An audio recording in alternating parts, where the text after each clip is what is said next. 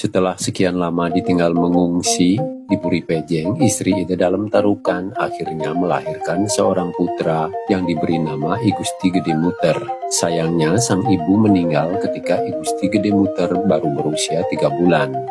Dalam buku Baba Dalem Warih Ida Dalem Sri Aji Kresna Kepakisan disebutkan, I Gusti Gede Muter selanjutnya dibesarkan dengan susu kijang sampai berusia 6 bulan. Itulah sebabnya mengapa kemudian ada bisama bahwa seketurunannya tidak boleh mengonsumsi daging kijang. Waktu terus berjalan, pusat pemerintahan Bali pun pindah dari Samprangan ke Gel-Gel. Yang bertahta di Bali pada waktu itu adalah Ida Dewa Ketut Melesir dengan gelar Ida Dalem Semara Kepakisan. Akan tetapi Ida Dalem Tarukan belum tahu mengenai hal itu. Ida Dalem Tarukan memutuskan untuk mengungsi lagi ke tempat lain. Kali ini beliau bersembunyi di desa Cerucut, suatu wilayah yang dekat dengan laut. Masyarakat di desa itu masih menaruh rasa hormat kepada beliau dan mereka datang dengan membawa persembahan. Daerah di sebelah timur desa Cerucut kemudian disebut Sukedana karena di sini Ida Dalem Tarukan mendapatkan persembahan berupa dana dari masyarakat sehingga menimbulkan suasana kebahagiaan. Pada suatu hari Ida Dalem Tarukan punya keinginan untuk pulang ke Puri Pejeng untuk menjenguk anak dan istrinya yang sudah lama ditinggal. Maka perjalanan pulang pun dilakukan bersama para istri dan putra-putranya. Dalam perjalanan mereka sempat mampir ke desa Poh Tegeh dan menjumpai Gusti Poh Landung. Namun I Gusti Poh Landung tidak menyetujui rencana Ida Dalem Tarukan kembali ke Puri Pejeng karena ada kemungkinan akan diserang lagi. I Gusti Poh Landung menyarankan agar Ida Dalem Tarukan pergi ke daerah Sideparne. Ida Dalem Tarukan menerima saran I Gusti Poh Landung.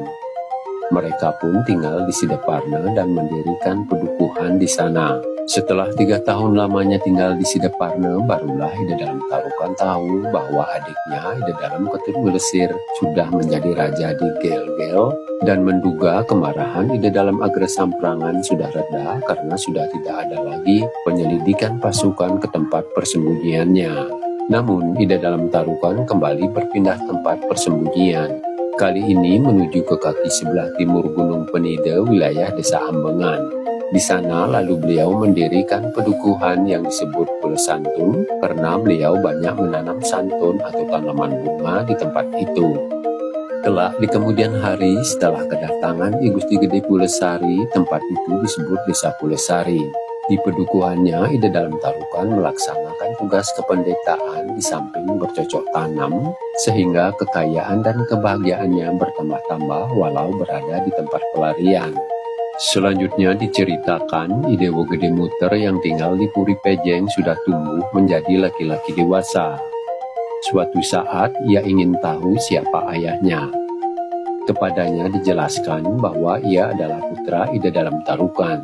Ia ditinggal mengungsi oleh ayahnya ketika masih dalam kandungan ibunya karena diserang oleh laskar Ida Dalem Agre Samprangan dan sampai sekarang masih dalam persembunyian. Kepadanya lalu disampaikan mengenai ciri-ciri ayahnya, yakni berperawakan gagah, tampan, dan biasa mengenakan kain loreng hitam putih yang panjang. Karena ingin sekali bertemu dengan ayahnya, maka I Dewa Gede Muter berangkat menuju pegunungan dan tiba di pedukuhan Pule Santun. Di sana akhirnya ia melihat seorang laki-laki dengan ciri-ciri seperti yang pernah disampaikan kepadanya. Sambil bertanya dalam hati apakah benar itu ayahnya, ia melangkah mendekati laki-laki yang sedang membajak itu.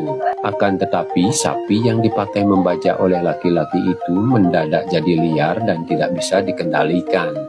Dalam kaget laki-laki itu jadi marah dan serta-merta mengambil golok lalu menyerang I Dewa Gede Muter karena ia dikira penyelidik dari keraton Samprangan. Maka terjadilah perang tanding antara I Dewa Gede Muter dengan laki-laki itu. Perang tanding berlangsung berkepanjangan dan tidak ada tanda-tanda siapa yang akan kalah atau menang.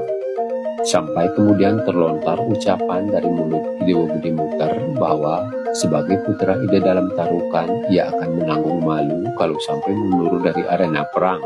Ide Dalam Tarukan terkejut mendengar ucapan itu, lalu menghentikan serangan dan bertanya siapa sebenarnya anak muda yang sedang perang tanding dengan dirinya.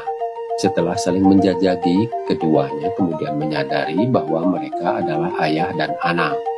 Sejak saat itu, Idewo Gede Muter tinggal bersama ayahnya dan memakai nama Idewo Bagus Darmo.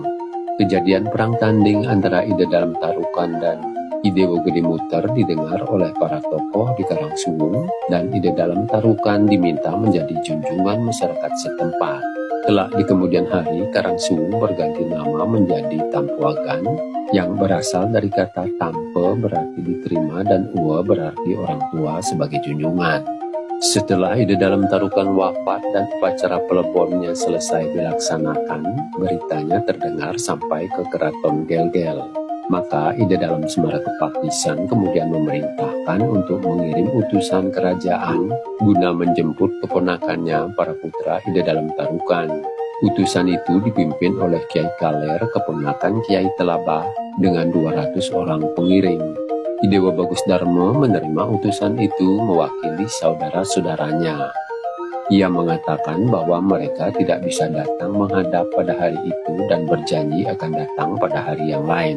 Demikian penolakan Idewo Bagus Darmo secara halus mewakili saudara-saudaranya karena ia ingat akan pesan ayahnya agar tidak kembali ke keraton. Kegagalan utusan menjemput para putra Ide Dalam Tarukan membuat Ide Dalam Semarakepakisan jadi murka dan memutuskan untuk menyerang desa di pegunungan tempat tinggal para putra Ide Dalam Tarukan. Penyerangan itu dipimpin oleh Kiai Anglurah Denpasar, Kiai Anglurah Tabanan, Kiai Anglurah Karangasem, Kiai Anglurah Kapal, dan para Manca Agung lainnya. Perang pun pecah dan prajurit desa terdesak. Dewa Bagus Darmo geram melihat prajuritnya terdesak dan ia turun langsung melakukan serangan balasan. Pertempuran antara laskar paman dan keponakan itu berlangsung sengit. Ketika menjelang malam diputuskan untuk menghentikan pertempuran untuk menghindari terjadinya banyak korban. Selanjutnya, Ide Dalam Semarakepakisan mengutus Kiai Buringkit, Kiai Ngurah Keladian, yang merupakan keponakan Arya Blok, bersama Kiai Ngurah Pande dan Ide Ngurah Kubakau untuk berbicara dan membujuk para tokoh setempat agar para putra Ide Dalam Tarukan mau pulang ke Gel-Gel. Beberapa tokoh masyarakat ada yang setuju, tetapi I Gusti Gede Poh Tegah dan I Gusti Ngurah Bekung bersama para putra Ide Dalam Tarukan tidak setuju. Hal itu menyebabkan Gel-Gel kembali melakukan serangan dipimpin oleh Kiai Kebon Tubuh, Kiai Anglurah Denpasar, Kiai Anglurah Tabanan, dan Kiai Anglurah Kapal. Dalam pertempuran itu, laskar putra Ide Dalam Tarukan terdesak dan menyebabkan Anglurah Bancang Sidem gugur. Idewo Bagus Darmo kembali maju ke medan perang menghadapi Kiai Kebon Tubuh dan Anglurah Denpasar. Selanjutnya, karena tidak ada kepastian mengenai keberadaan Idewo Bagus Darmo dalam perang itu, akhirnya laskar pegunungan menyerah. Pasukan Gel-Gel kemudian ditarik lalu berkumpul di sebelah utara desa Nyangelan. Di situ lalu digali lubang besar untuk mengubur para prajurit yang gugur dalam pertempuran. Saat ini desa itu disebut Desa Bambang, berada di wilayah Bangli. Setelah itu Kiai Kebon Tubuh, Kiai Poh Landung, dan para putra Ide Dalam Tarukan berangkat menuju Gel-Gel menghadap Ide Dalam Semarakepakisan. Sampai di Gel-Gel mereka diterima dengan baik oleh Ide Dalam Semarakepakisan. Selanjutnya, para putra Ide Dalam Tarukan diberi surat pemancangah dan tempat tinggal di berbagai daerah oleh Ide Dalam Semarakepakisan. Sementara I Gusti Gede Pulesari kembali ke Pulesari, I Gusti Gede Sekar berkedudukan di Nongan. Sedangkan I Gusti Gede Bandem kembali ke wilayah Budekeling, I Gusti Gede Blayu kembali ke Sangkan Gunung, I Gusti Balangan dan I Gusti Gede Dangin menuju desa Sudaji Buleleng.